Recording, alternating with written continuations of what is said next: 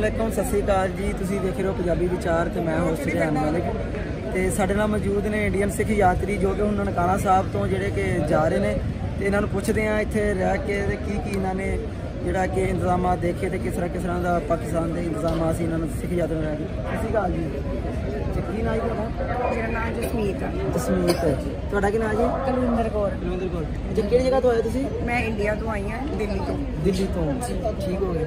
अच्छा, इत्थे आन के किस तरह दा लगा तुहानूं? किस तरह दे लोग हैं, किस तरह दा पाया लोगों जी मैंने बहुत अच्छा लगे इत्थे आके और इत्थे दे लोग भी बहुत अच्छे ने, बहुत प्यार देंदे हैं और सानूं बहुत अच्छा लगे इत्थे आके। अच्छा, किस तरह के इंतजाम सीगे प्रबंधक कमेटी दे सारे ਜਿਹੜੇ ਸਿਕਿਉਰਿਟੀ ਦੇ? ਵਧੀਆ ਸੀ, ਸਿਕਿਉਰਿਟੀ ਦੇ ਤਾਂ ਬਹੁਤ ਵਧੀਆ, ਬਹੁਤ ਰਿਸਪੌਂਸ ਅੱਛਾ ਦਿੱਤਾ ਸਾਨੂੰ, ਕਾਫੀ ਕੁਝ ਸੀ ਇਹਨਾਂ ਦੇ ਨਾਲ ਜਾਣਾ। ਤੇ ਹੋਰ ਤੁਸੀਂ ਸ਼ਾਪਿੰਗ ਕੀਤੀ ਤਾਂ ਕੋਈ ਜਾਇਜ਼ ਚੀਜ਼ ਲੈ ਕੇ ਚਲੇ ਕਿ ਨਹੀਂ? ਜੀ ਬਥੇਰੇ ਕੁੜਤੇ ਪਜਾਮੇ ਸੂਟ ਵਗੈਰਾ ਕਾਫੀ ਸ਼ਾਪਿੰਗ ਕੀਤੀ ਇੱਥੇ।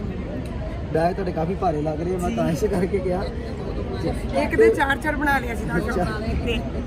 ਅੱਛਾ, ਤੇ ਕਿਸੇ ਨੇ ਫਰਮਾਇਸ਼ ਵੀ ਕੀਤੀ ਸੀ ਕੋਈ ਗਿਫਟ ਵੀ ਲੈ ਕੇ ਆਓ ਸਾਡੇ ਵਾਸਤੇ? ਜੀ ਹਾਂਜੀ, ਸਾਰਿਆਂ ਨੇ ਕੀਤੀ ਹੈ ਸਾਡੇ ਵਾਸਤੇ। ਲੋੜ ਤਾਂ ਜ਼ਰੂਰ ਕੁਝ ਨਾ ਕੁਝ ਲੈ ਕੇ ਆਇਓ। ਉਹ ਤੁਸੀਂ ਜਾ ਕੇ ਆਪਣੀਆਂ ਸਹੇਲੀਆਂ ਨੂੰ ਦੱਸੋਗੇ ਜਾ ਕੇ? ਜ਼ਰੂਰ, ਕਿਉਂ ਨਹੀਂ ਦੱਸਣਾ। ਕਿ ਤੁਹਾਨੂੰ ਦੱਸੋਗੇ ਕਿ ਪਾਕਿਸਤਾਨ ਕਿਸ ਤਰ੍ਹਾਂ? ਜੀ ਮੈਂ ਤਾਂ ਜ਼ਰੂਰ ਦੱਸਾਂਗੀ ਉਹਨਾਂ ਨੂੰ। ਪਾਕਿਸਤਾਨ ਦੇ ਲੋਕ ਬਹੁਤ ਅੱਛੇ ਆ। ਉਹ ਤਾਂ ਮੈਂ ਪਹਿਲਾਂ ਹੀ ਅਸੀਂ YouTube ਤੇ ਮੈਂ ਦੇਖਿਆ ਹੋਇਆ ਸੀ ਤੇ ਮੇਰਾ ਖੁਦ ਦਾ ਐਕਸਪੀਰੀਅੰਸ ਸੀ। ਇਹਦਾ ਫਸਟ ਟਾਈਮ ਹੈ ਮੇਰਾ ਐਕਸਪੀਰੀਅੰਸ ਹੈ ਕਿ ਮੈਂ ਇੱਥੇ ਆਵਾਂ ਤੇ ਪਰਮਾਤਮਾ ਨੇ ਉਹਨਾਂ ਨੇ ਜਿਨ੍ਹਾਂ ਨੇ ਮੈਨੂੰ ਵੀਜ਼ਾ ਦਿੱਤਾ ਉਹਨਾਂ ਲਈ ਵੀ ਥੈਂਕ ਯੂ ਕਿ ਮੈਨੂੰ ਵੀਜ਼ਾ ਅਪਲਾਈ ਕੀਤਾ ਤੇ ਮੈਨੂੰ ਵਾਹਿਗੁਰੂ ਜੀ ਦੇ ਇੱਥੇ ਆਉਣ ਦਾ ਮੌਕਾ ਮਿਲਿਆ। ਅਸੀਂ ਦੂਸਰਾ ਮੁਲਕ ਨਹੀਂ ਸਮਝਦੇ, ਅਸੀਂ ਆਪਣਾ ਹੀ ਆ, ਸਾਡਾ ਆਪਣਾ ਪੰਜਾਬ ਹੈ। ਅਸੀਂ ਅੰਮ੍ਰਿਤਸਰ ਆਏ ਨਾ, ਉਸ ਤਰ੍ਹਾਂ ਅਸੀਂ ਇੱਧਰ ਨੂੰ ਆ ਗਏ। ਸਾਨੂੰ ਸਿਰਫ ਇੱਕ ਸਰਹੱਦ ਦੀ ਤਕਲੀਫ ਆ। ਬਹੁਤ ਬਹੁਤ ਸ਼ੁਕਰੀਆ।